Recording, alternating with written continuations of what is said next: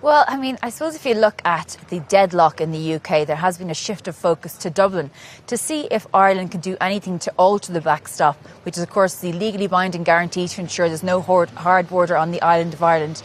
And basically there's been a thought that maybe if it was limited to a few years or if it was changed in some way, it'd be more palatable to the UK. I asked the Irish Prime Minister Leo Varadkar about this and he said no, he'd be standing firm for keeping the backstop within the withdrawal agreement. It of course preserves peace on the island of Ireland and he couldn't exchange that for mere promises from the UK.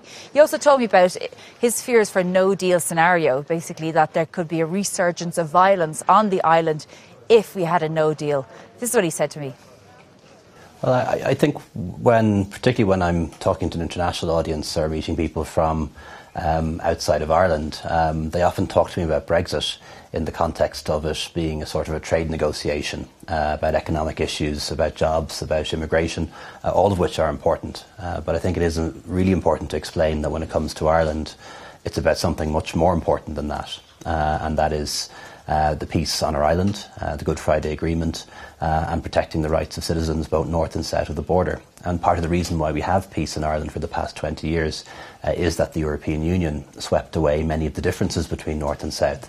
And one of our big fears is that as the United Kingdom leaves and takes Northern Ireland with it, those differences will re-emerge and that will undermine the peace. And part of what I do here in Davos and any time I travel internationally is to remind people of the higher stakes and the bigger picture that affects Ireland.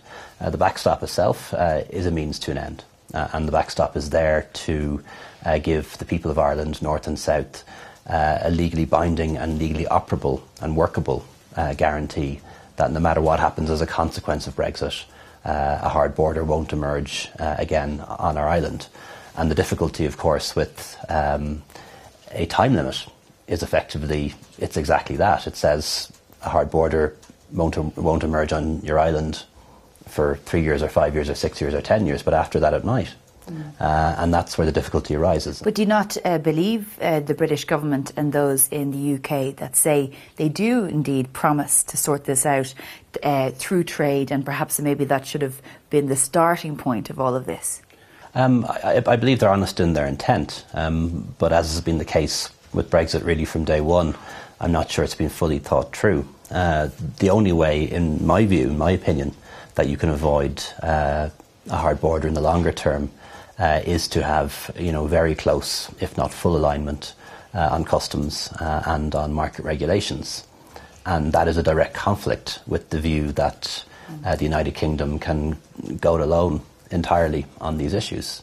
And that has never been squared. That circle has never been squared from day one. It is that cake and eat it idea that you can have the benefits of being in the European Union, frictionless trade, open borders, and at the same time have an independent trade policy and take back control of your borders, your money, your law, all of those things. Are you worried that, outside from the obviously obligations under the single market, the resurgence of dissidents, that they may engage again in hostilities in the case of a no-deal scenario?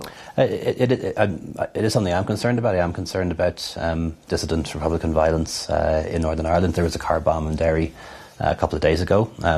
Very lucky that nobody died. Some young people passed by that car only 10-15 minutes beforehand. There could have been loss of life, and that would have been such an enormous tragedy. I don't want to say that that was directly linked to Brexit or that it was directly linked to the 100th anniversary, after all, of the Irish Parliament being founded. But Brexit is now all part of the context. It's one of the reasons why the power-sharing executive, the power-sharing government isn't functioning in Northern Ireland. And it is something that's causing great concern for citizens in the north and also along the border counties. Every day thousands of people cross the border to go to work, thousands of people cross the border to go to college or school. And all of those people are very worried now about what the future holds. Things that they thought had been settled have now been unsettled. And that does create an environment that dissidents can exploit. And I don't think we should allow them to do that. So there you have it, the Irish Prime Minister Leo Varadkar very much standing firm that the backstop has to remain within the withdrawal agreement. For anyone who thought, for example, the Irish would feel the pressure from other member states to make sure this withdrawal agreement gets passed. He also making the point there that there could be a resurgence of violence on the island of Ireland if there's continued confrontation over Brexit. And then him making the point that Brexit still hasn't been really thought through, even though 65 days to go.